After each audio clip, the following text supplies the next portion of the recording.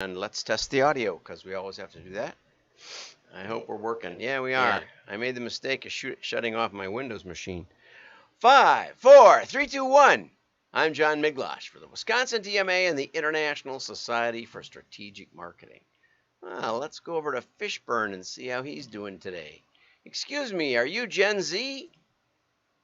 Our brand wants to engage with you. Where should we try to reach you? TikTok, Snapchat, Instagram, Discord, Roblox, Twitch? Hey, where did you go? It's funny because whenever I tell people I'm on those channels, then they think I'm not a nut or something. I'm not a nut. Well, maybe I am a nut. I can't deny that. Anyway, let's go over here. Okay, so marketers are constantly obsessed with how to reach younger generations to stay relevant. It's always been that way, probably always will be. And this can lead to a lot of cringy marketing. And Tom says his daughters make fun of him for using the term cringy, even though that's what they call it. But if he uses the term, then they make fun of him because they shouldn't be older people shouldn't be trying to talk like young people. And I know, it's really funny to watch movies like with Judy Garland and anyway, and they're talking hip hop or bebop or whatever it is, and it's of course it's predates my parents, and just to see the interesting way that youthful language adapts or whatever. That the youth always want to come up with their own language. We did it, and the kids today are doing it, and it's a way of creating a cultural identity. It's a way of including and excluding. So don't be surprised if you're excluded. I've always believed that it's great to have regular grammar and elevate language best you can, even with your kids. So anyway, brands consistently make a couple of big mistakes. Okay, first they treat generations as monolithic blocks that act and operate the same. So it is interesting because in the next article, which we'll touch on, one of the things it says is that young people 16 to 24 are looking for purpose, and I think there's even some studies. I think Jordan Peterson was talking about this, that say that is part of the maturation process. It's like your brain is developing from about 18 to 27, and it's looking for something to hang its hat on, I guess, and that happens. That is part of the deal. And in our culture, because we don't have a rite of passage, an actual rite of passage, whereas many cultures do. Because we don't have a time when you become a man or you become a woman or whatever, that our society latches onto things that are vague, but a sense of purpose can be fulfilled by thinking that global warming is the absolute crisis. I was a participant in the very first Earth Day. I had an Earth flag on my Army jacket that I had bought at the Army surplus store. I was all in for environmental causes. In that day, it was global cooling was the big danger, and I still have some of those books on my shelf. And so I latched on to that purpose and that direction. And the direction was we have to stop global cooling. Now, how you do that wasn't clear. Much better is today's sense of purpose, where we say it's all man's fault. Whether or not that backs the science, it makes it more embraceable. So anyway, this was an interesting takeaway, though.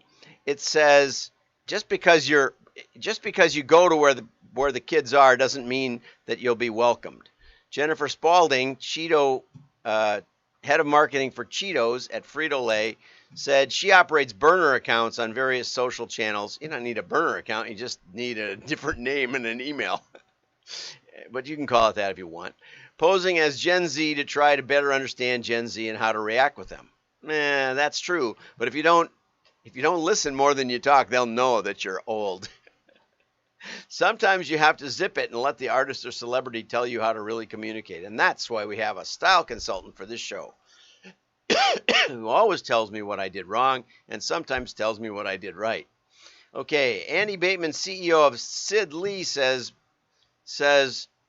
brands are too often thinking about my market, my position, what we uniquely own in the market. And the whole language around brands and marketing has been ownership based, right? It's a little like customer relationship marketing. You don't have a relationship with your customers. You were a vendor. You got them what they wanted at the time they wanted it or didn't. And I think that'll show up in the next article. So Gen Z knows when it's being bullshitted, as Charlie Noss said.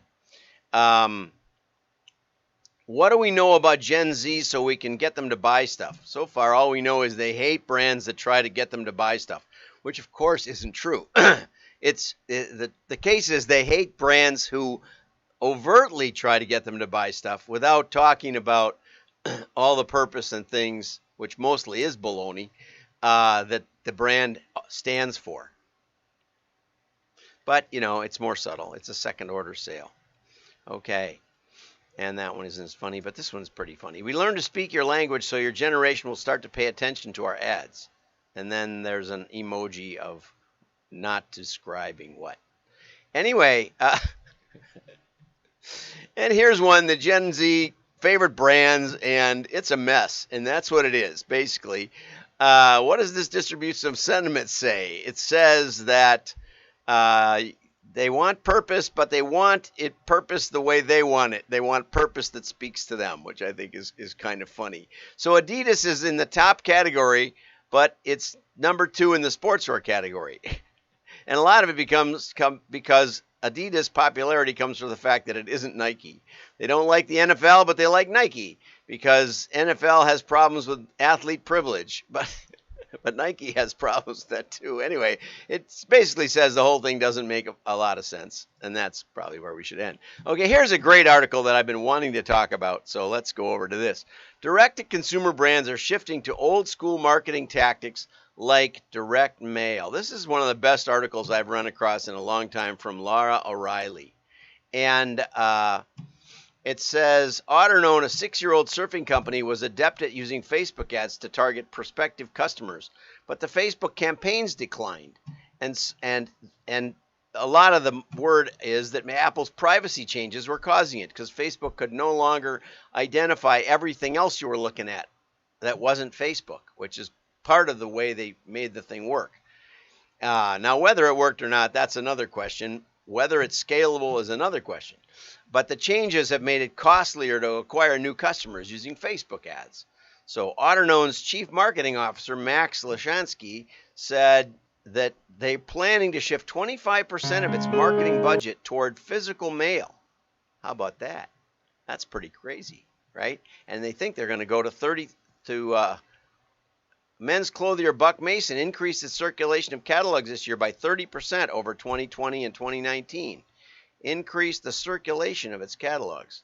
Now that could be to customers, but it could also be that they, renting more lists and mailing more broadly based on the results they've gotten from their customers. That's basically the progression in mail. You start with your customers because they get that if you're mailing to them, you value them. It's way more valuable than dumping email on them a couple times a day. Okay. 10,000 also up their use of direct mail. It's too late for you this Christmas, but it's time to start planning. I was talking to a guy on the floor here, and he said he's already planning for 2022 Christmas. Okay, here's an example of the 10,000 cover. Okay, programmatic direct mail. 10,000 uses programmatic direct mail. That triggers oftentimes a catalog or a postcard. Now you got to be timely about this. I remember Grant Johnson mentioning to me a client of his who decided to try programmatic mail, and they let the people accumulate who had visited their site that they hadn't seen before, and waited about 6 weeks to mail them, which means 2 months later nobody remembers that they visited your site, and that didn't work at all. Direct mail is inherently trackable. I like that about this article. Most people don't realize direct mail is easier to track than digital because rather than cookies and something that has to follow you around the internet to remember your identity, we know who we mailed. The post office tells us they got there. And we know it goes to a decision maker. And we know they have to touch it and look at it to decide whether to throw it out or not. So we have 100% engagement, basically, and they say 95%. But, if you don't deal with mail, it piles up. Whereas in digital advertising, the more you don't deal with it, the less you have to deal with. It's magical. So it's easy to trace if someone who's received a catalog went on to buy an item, obviously, because we mail to the house and we ship to the house.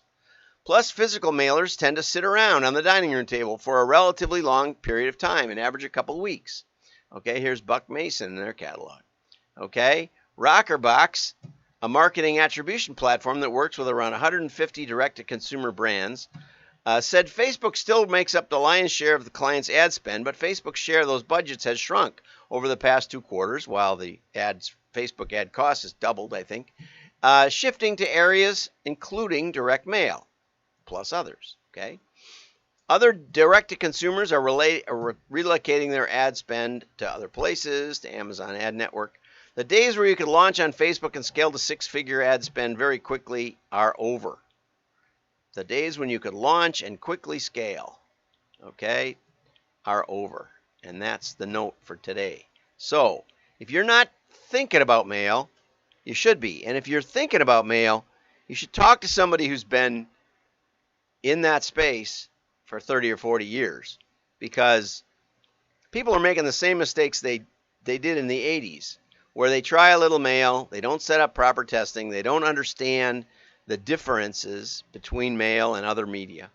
They don't understand the benefits of mail, that mail can build a heuristic system that few other media can touch.